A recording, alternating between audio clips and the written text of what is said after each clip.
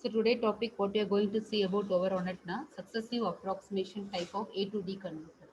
Okay, the successive approximation type of A to D converter is the popular type of A to D converter. So it uses a trial and error approach. So it uses a trial and error approach in order to estimate the input voltage to the A to D which needs conversion. Okay, the successive approximation type of A to D converter, successive approximation type of A to D converter, this is a popular type of an A to D converter. It uses a trial and error approach in order to estimate the input voltage to the A to D which needs conversion. Okay, the pulses generated by the output of the clock which are counted in a binary manner. The pulses generated by the output of the clock which are counted in a binary manner. So voltage comparator, what it will does, so it compares the clock generated voltage to the input analog voltage of the sensor. So in this type of A to D converter, a series of known analog voltages are generated and compared to the input voltage. So when the analog input from the sensor equals the clock generated voltage, the pulses from the clock are stopped. So the counter output represents the digital equivalent of the analog input from the sensor. Okay, so a successive approximation which said that the counter output represents the digital equivalent of the analog input from the sensor. So when the analog input from the sensors which equals the clock generated voltage, the pulses from the clock are stopped overall. So this is the diagram which shows the successive approximation A to D type converter. Okay, so we'll have a voltage over there V1. So V1 and V2. So we'll have a two different voltage. So this will be compared with the control logic. So we'll be applying the clock pulse. So we'll have a start over there and having the conversions end. So the control logic will be comparing to the D2A converters with respect to the V reference voltage over there. Okay, and then finally we'll be applying for the digital output. Okay, so V1 we'll have the comparison with the V2, then it is given to the control logic, then we'll have the start conversion with the help of a clock pulse, and then we'll be having about a D2A converter with respect to the digital output over there. Okay, so flash type analog to digital converters so are will be fast over there.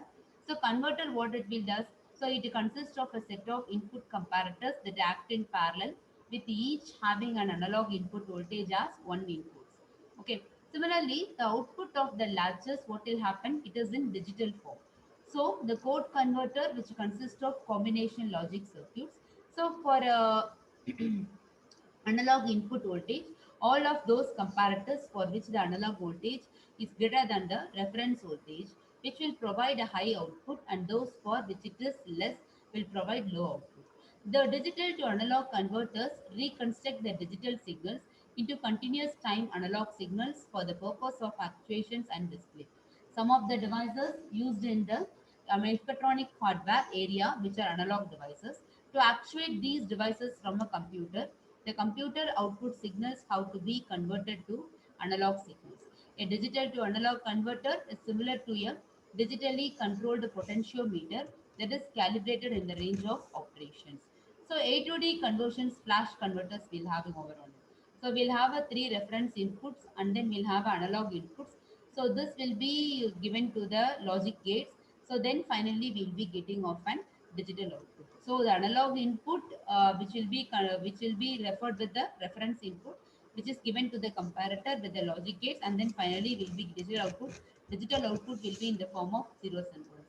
So digital to analog converters typically consist of a precise reference voltage, a wide resistor network comprised of switches that can be closed or opened in response to changes in the digital code for the word and an operational amplifier.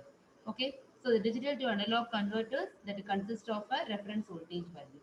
Similarly, the digital to analog conversions using software techniques which involves the generation of a series of pulses by the microcomputers which represent the digital information. Okay, the pulses are then applied to a resistor capacitor network which converts the digital data into an average DC signal.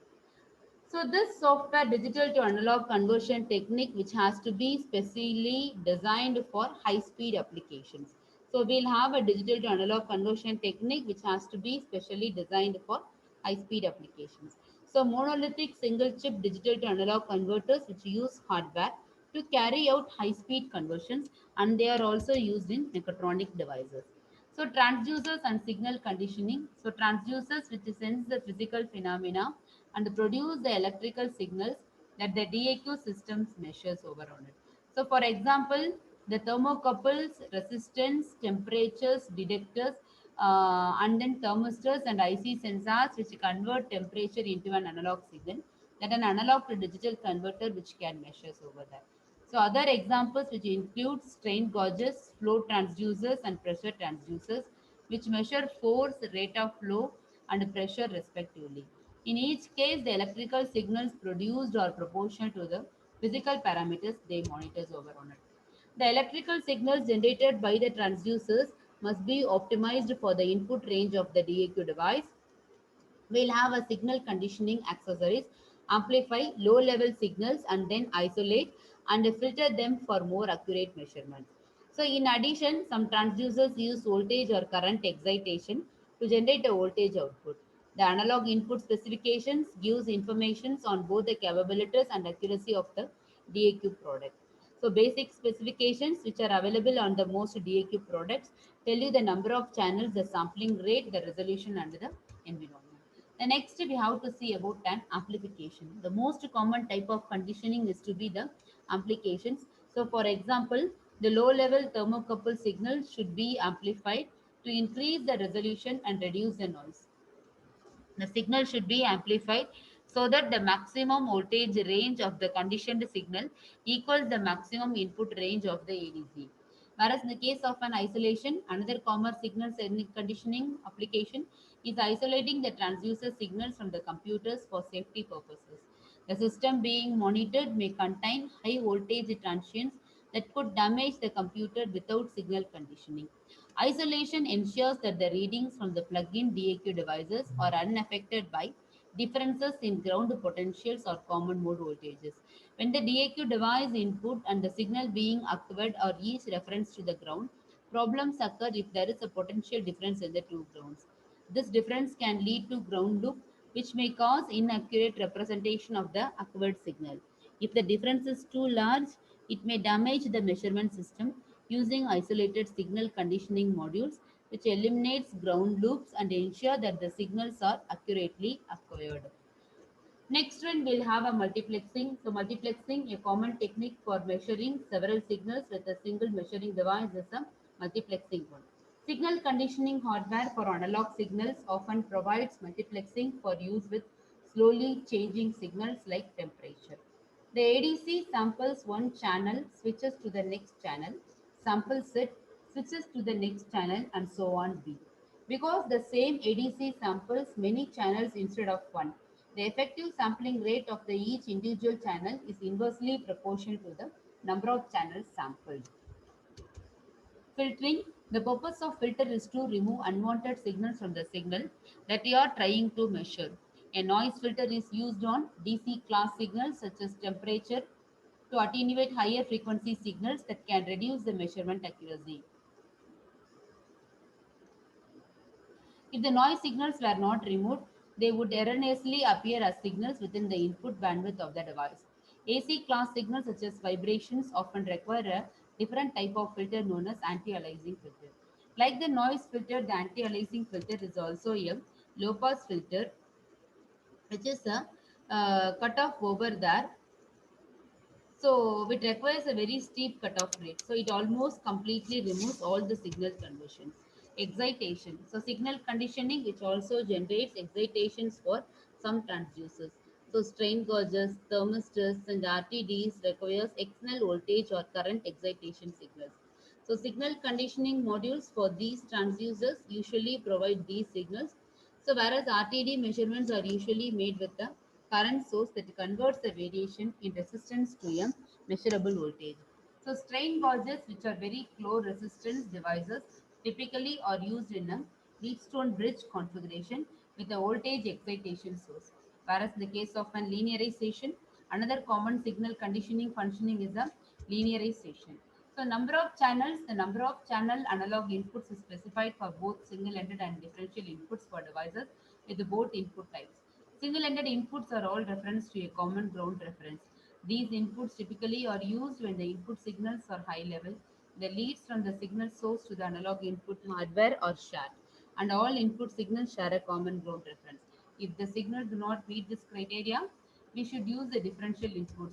So digital I/O interfaces, which are often used on PCDAQ systems to control processes, generate patterns for testing, and communicate with peripheral equipment.